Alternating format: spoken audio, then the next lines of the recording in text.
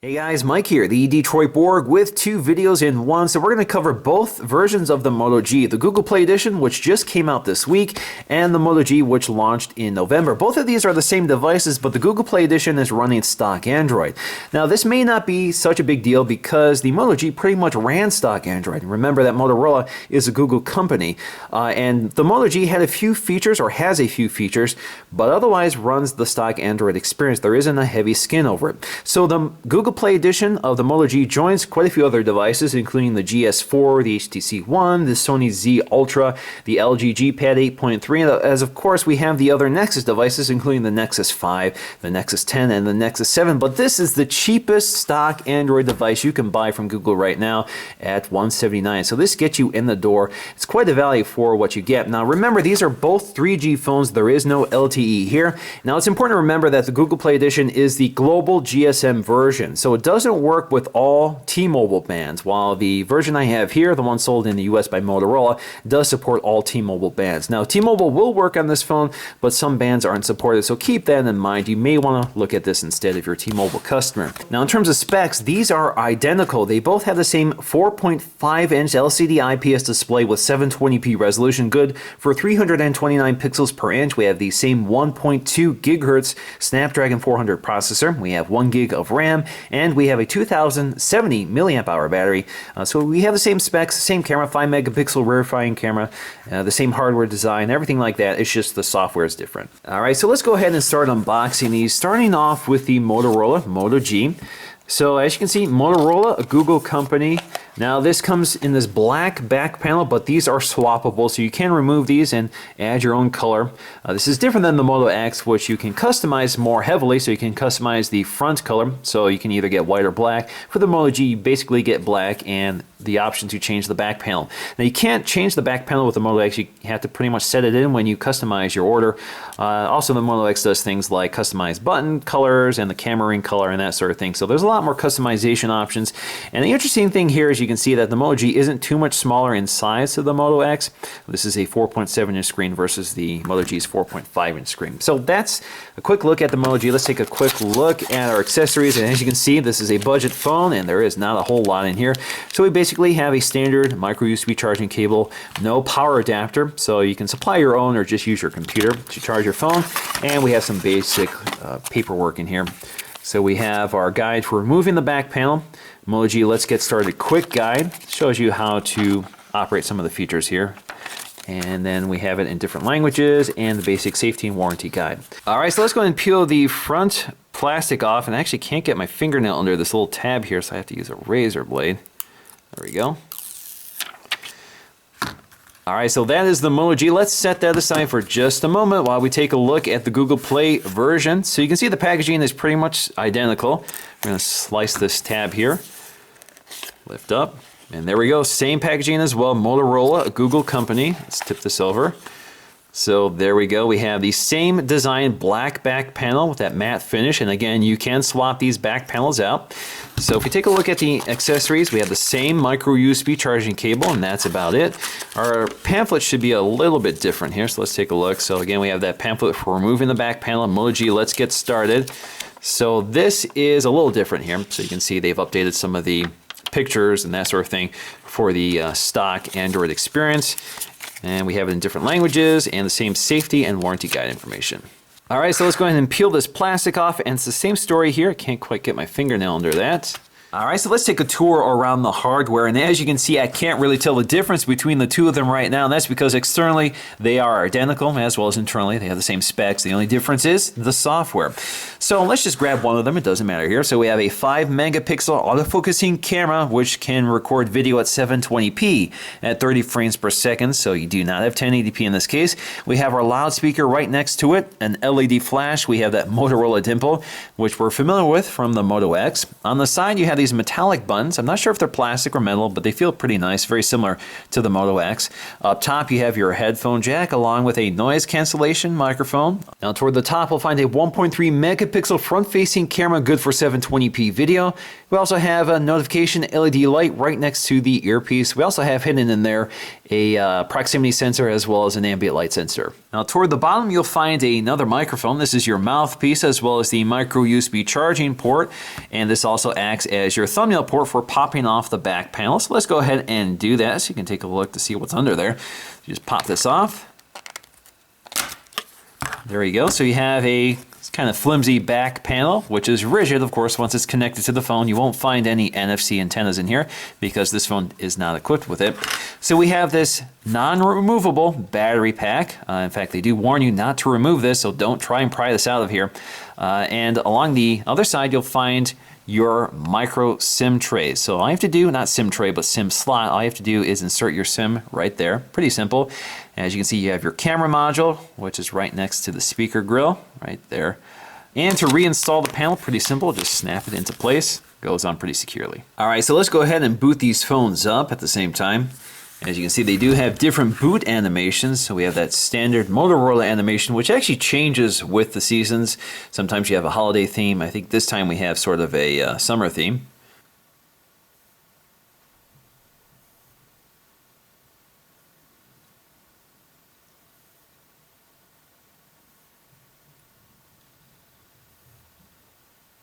Now, before I talk about the Google Play Edition, I just want to talk about how the Moto G differs from the Moto X. Now, the Moto X was pretty much a stock Android device with a few Motorola features added in. It was very close to stock anyway, and has some very useful features which the Moto G lacks. Now, one of them is this quick glance feature for your notification system. So all you have to do is pick up your phone, it flashes your notifications on the screen, and you can quickly take a look at them. So for example, if I tap and hold it, it gives me my notifications, and I can unlock it or address that notification.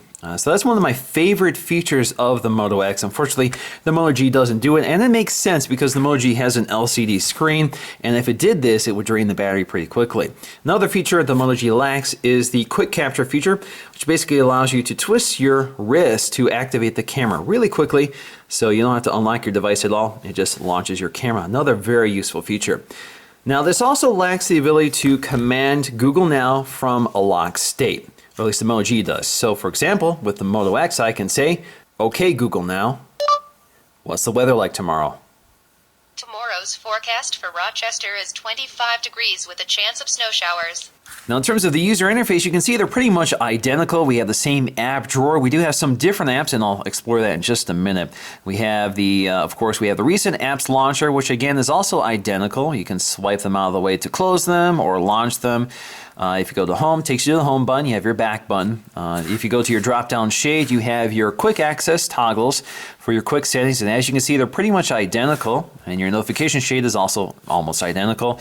And we do, now if we go to the settings, we can take a look at the version of Android we're running, and we should be running the same thing. If we look at our settings panel, you can see that they're pretty much identical. You do see Motorola Privacy and Motorola Device ID, which are Motorola features. If we go to About Phone, you'll see Android 4.4.2 with our KitKat logo. Now in terms of apps, both devices have the same suite of Google apps. So we have the complete suite of Google apps on both of them. The only thing the Moto G offers is the FM radio, which is kind of nice. So all you have to do is connect a set of headphones to access the FM radio. There's a few other things here, such as Motorola Assist, which I went over in more detail in my Moto X review. But basically, it's a contextually aware app that changes the device's behavior depending on what you're doing. So for example, if you're sleeping, you can, or if you can configure this for sleeping though. Basically, it turns off notifications for certain times of day. And you can also change exactly how that behaves, whether you want to receive calls from certain people or if somebody calls twice. You also have meeting mode and that sort of thing. Now what I don't see here is driving mode for the Moto G, so I'm not sure if that's missing entirely or I have to enable something, but driving mode is something that's available on the Moto X, and basically it's GPS aware, so if you're driving it knows it and it changes the device's behavior for reading out texts and that sort of thing. Now in terms of other apps we have here, we have Motorola Migrate, which allows you to migrate from one device to another, so you can migrate your content from another Android device to this pretty easily. Now the Moto G also includes this Translate app, which is a Google app, and that's just not included here, but you can download that separately. So you can translate spoken word, written word, or images of text, and it will translate it for you. So for example, let's go to German because I know German. So you can change your languages here. So I can go from English to German, and I can speak it. Where do you live? Wo leben Sie? Now you can quickly switch between languages so the other person can speak to you. So you can say, Wie alt bist du? How old are you? You can also write here. So somebody could, in theory, write for you and basically translate the text to German. So hello is hallo in German. Now the Google Play Edition is using Hangouts while we have a dedicated SMS app for the Motorola phone. Now in terms of our camera app, this is also where things really differ here. So we have the standard Android camera app, which is pretty familiar territory here. So we have our still mode, so we can tap anywhere on the scene to focus. You can also pinch in and out to zoom in. You can snap your photo. I'm not going to get into too much detail here. You have your settings for changing your settings. You can also tap and hold anywhere on the screen to get to your settings. There you go. And you can also drill down. And you can switch between your video mode or your panorama mode. What you're not seeing here is photosphere mode. So it looks like this phone is not capable of that mode for whatever reason. Maybe it doesn't have the processing hardware or sensors to do it. Now the camera app on the Motorola version is quite a bit different. So you can tap anywhere on the scene. It automatically takes the photo. And if you want to tap to focus, you actually have to go to your settings. In order to get to your settings, you swipe from anywhere on the left side of the screen. So this gives you this little control wheel for getting to settings. So the first one you see here is control focus and exposure, which you can turn on. So when I do that, I now get this little box here, which I can move around to focus on my scene. And now I can tap anywhere on the scene and it takes the photo. So you can see a lot of people don't like that. I don't like that. It tends to be a little obnoxious because it's a layer of settings I have to get through to get to a commonly used feature. So I prefer not to have that. So I usually keep it off. You also can change your flash mode. You can enable HDR. You have slow-mo mode, and you also have panorama. Again, no photosphere mode. And as you can see, they light up in the cyan color when they're active. You also have geolocation. You can change the aspect ratio of your image. And you also have audio, so you can turn off your audio sounds. So as you can see, lots of features here from that control panel. Now in order to start recording video, you don't go to a video mode. You just hit this recording icon up here and it starts recording video for you. And you can pinch in and out while you're shooting video as well. And when you're shooting video, you can tap anywhere on the scene to take a photo. And if you swipe in from the left, you can see that the control panel does turn off while you're recording video. Now in terms of this display, I'm really impressed here. Again, this is an LCD IPS display, has excellent contrast ratio. So if you look at the black areas of the screen, you can see even with the Android control bar here, you can see it almost disappears into the black bezel of the phone. And this is with the screen at maximum brightness. If you look at the white areas of the phone, you can see it's a pretty clean, bright white color. Looks really sharp. If you look at the text, you can see just how pin sharp it is, even at the highest resolution here. So you can see we're looking at the full The Verge website, and even the smallest text is pin sharp. This has a very similar pixel density to the iPhone, so 326 or 329 pixels per inch, depending on what spec sheet you're looking at. Again, very similar to the iPhone, so it looks really good. Now in terms of performance, KitKat 4.4 runs great on low-end hardware, and because it's not a skin version of Android, it's pretty clean and simple, so there is not a lot of resource demands on the hardware here. So even though we have low-end hardware, this version of Android is really clean and simple, and that actually goes not just for the Google Play Edition, but that's also true of the standard Motorola Edition, because it doesn't have a lot of software features built into the skin they've placed on here. There's basically no skin, so it runs just as well as the Google Play Edition. So I have no complaints here. I'm definitely impressed overall by the performance of both phones. Now, in terms of performance, you can see the Moto G is pretty low here. So it scored only 338 on the single core score. Again, this is a 1.2 gigahertz quad core processor, so that's pretty low. You can see the multi-core score is not too far from the multi-core score on the Moto X, which in itself doesn't do too well compared to something like the Nexus 5 and of course the iPhone 5S. So these are much better performing devices overall. The Moto G is definitely on the low end. All right, so let's go ahead and do a size comparison between the Moto G and popular phones like the iPhone 5S. Now, the interesting thing with the iPhone 5S here is, although it has a smaller screen, 4 inches versus 4.5 inches, you can see that the Google Play Edition in particular actually uses part of that screen for the Android control. So it almost looks like the screen is about the same size or even smaller than the iPhone screen. So that's something to keep in mind. Now the iPhone is much more compact, much lighter weight, much thinner. So if we compare them side by side, you can see just how much thinner that iPhone is by comparison. But of course, off contract, this iPhone, 64 gigs, costed about $900. This off contract costs less than $200. So keep that in mind. And of course, we also have the superb Nexus 5, which I really like as well. So you can see it's quite a bit larger, gives you a much larger screen.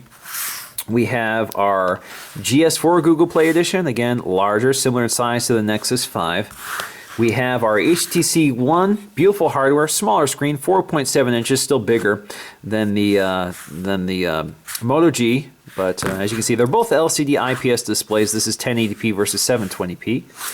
And then we have the Moto X, one of my favorite Android phones of 2013 because of those features, which unfortunately the Moto G loses. So there you go. That's the Moto X, and that is 4.7 inches with a 720p display. And then we have the obscenely large Z Ultra, which I also reviewed.